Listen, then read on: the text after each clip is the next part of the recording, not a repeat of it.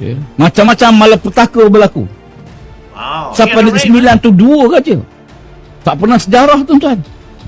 Para menteri campur tangan dalam menentukan siapa yang Tuan Besar Negeri Sembilan.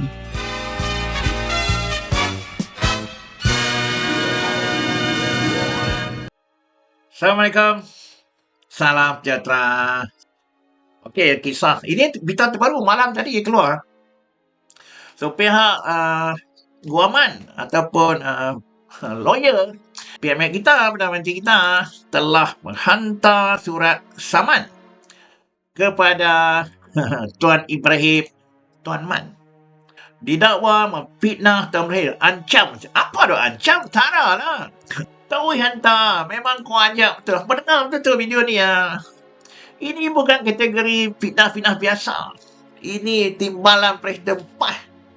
Kalau begini rupa dia boleh berkatakan Tan Ibrahim depan penyokong-penyokong mereka. Apa pula depan ni penyokong mereka? Dasar inilah video yang dikatakan inilah memfitnah PMX kita. Tuan Ibrahim Tuan Man. PS memerintah tuan tengok macam-macam isu berlaku. Ya. Macam-macam malapetaka berlaku. Wow. Sampai Negeri Sembilan tu dua je. Tak pernah sejarah, tuan-tuan. Para menteri campur tangan dalam menentukan siapa yang Tuan Besar Negeri Sembilan. Apa? Bagaimana boleh PMX kita yang campur tangan menentukan siapa apa yang Tuan Besar, siapa Raja Negeri Sembilan. Kononnya Anwar Ibrahim yang masuk campur PMX kita yang ini menyusun semua ni. Ini hak bukan ada pada hak orang politik, ini hak kepada jawatan kuasa adat di Negeri Sembilan. Ya. Ya. Jahat lah. Ekonomi makin teruk. Ekonomi makin teruk. Ya. Panjang pula cerita malam ni. Jadi kesimpulan kita bahawa kita perlu bersatu dan tuan sekalian kita harapkan insya-Allah. Oh ini ceramah dia sebenarnya yang di dalam Bukit Pahang. Dia bukan yang Negeri Sembilan. Ini yang apa?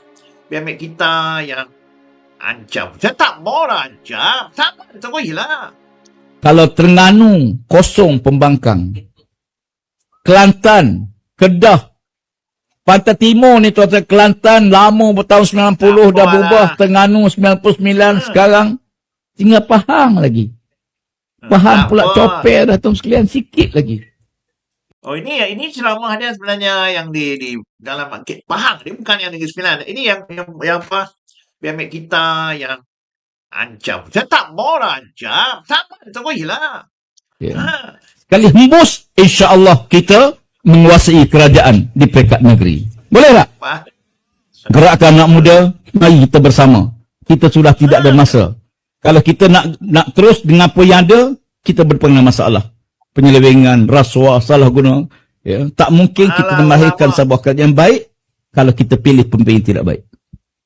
Kalau kita nak negara kita baik, kita perlu milih pemimpin yang baik, yang bertakwa pada Allah Subhanahu Wa Taala. Inilah yang bertakwa pada Allah. Pendengar dia ni yang paling bertakwa. Dan pula bapa hang. Hang bodoh. Dia jahanamkan kita. Potong lencau. Minta telur. Kalau bapa hang. Kita bodoh. Bang malu. Ni pemimpin bertakwa ni pemimpin baik. Tapi betul lah. Jangan duk ancam-ancam. Kami khidmatlah kena beritahu pesanan kita pada PMX kita. Rakyat tak boleh terima lah bila mereka memperkatakan sampai ke tahap ini. Dia bukan lagi memang sah fitnah. Ni, Anwar Ibrahim campur tangan. Anwar Ibrahim menentukan siapa yang Tuan Besar, siapa Raja Negeri Sembilan. PS memerintah tuan tengok macam-macam isu berlaku. Ya. Macam-macam malapetaka berlaku. Sampai Negeri Sembilan tu dua je.